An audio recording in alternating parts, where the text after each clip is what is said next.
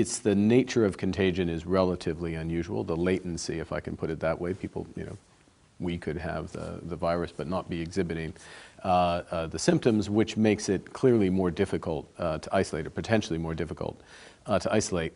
And that has this, could have, I should say, a bigger short-term effect in terms of activity in areas where there is protection or quarantine. Now there's very little economic activity.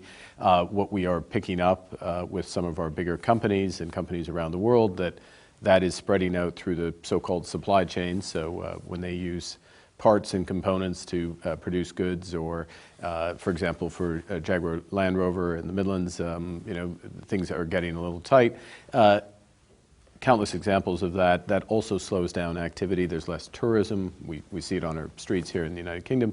That is, lower activity as well. It's hard to be, you know the direction, it's hard to be precise about the magnitude. The direction is slower, yes, direction is down. It's hard to be precise at this moment about the magnitude and, very importantly, the duration, how long this will last. Your anticipation is this will result in a downgrade for UK economic growth? Well, in isolation, we would expect that world growth would be lower than it otherwise would be, and that has a knock-on effect on the UK. We're not picking it up yet at all in the UK economic indicators, the survey indicators or other things. But if the world's slower than it otherwise would be, the UK's very open economy has an impact. But the most important thing is to make sure the system's functioning. We're very confident about that, and we're on top of it. Do you think that the UK economy, kind of structurally speaking, the economy, is in a better place now than it was when you took over or were appointed in 2012? Yes, but.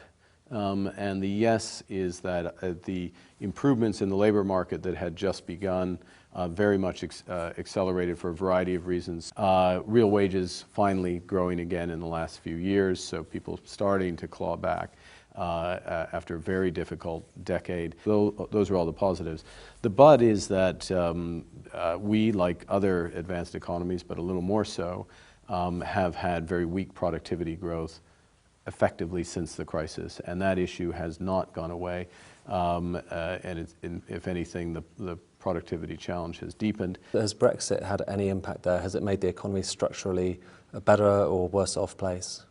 Well, it's too early to tell. I think the new relationships, both with the EU and other countries, will be struck. The economy will go through a period of reorganization from EU focused to more broadly focused. That will have an impact for a time. While Mr. Carney is stepping down as governor next month, he will stay in the public eye, working for the UN and Boris Johnson on the economics of climate change. Contrary to some campaigners, he thinks this is an opportunity to make money, not lose it. Can we have our cake and eat it? Can we get down to eliminate greenhouse gas emissions while at the same time having the same standard of living, not making sacrifices? Yes, I mean, there will be changes, but the simple answer is yes, we can. And I think we have to be careful in terms of what we're comparing. The measures that are needed in order to move towards net zero result or associate with huge swaths of investment in the economy. Investment, not costs. BP was pointing out a couple of weeks ago with their change in strategy. Huge opportunities in artificial intelligence and advanced materials, huge opportunities in just the way commerce is organized. All of those opportunities are growth. There are very, very large opportunities, as you say, and in fact, a number of CEOs, number of people in the financial sector, we had an event at the Guildhall, and a handful of them said, listen, this is the greatest commercial opportunity of our time, because there's a huge opportunity to change the way we live better, and not just in the UK, but around the world, and that means UK exports, and that means better jobs and higher incomes over time. Is the era of the superstar, the rock star central banker over? Well, was there an era? I mean, I think... Yeah, because that was you. Well, it was... you had to call me something. It is me, yeah. What was so I've read. Robbie Williams? I'm a star, but I fade. But a serious point, Governor. Just well, I think in any there's a time where central banks assumed greater prominence and importance just because of the challenges. I mean, we had a series of crises.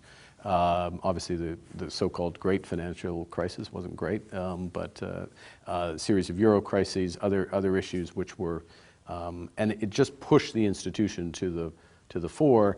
And then the person who is leading the institution, it's always easier to personalize thing, and so there's that focus. But success for central banking is when you move towards the back pages. Governor Mark Carney, thank thank you very much indeed. Thanks, Thank Ed. you.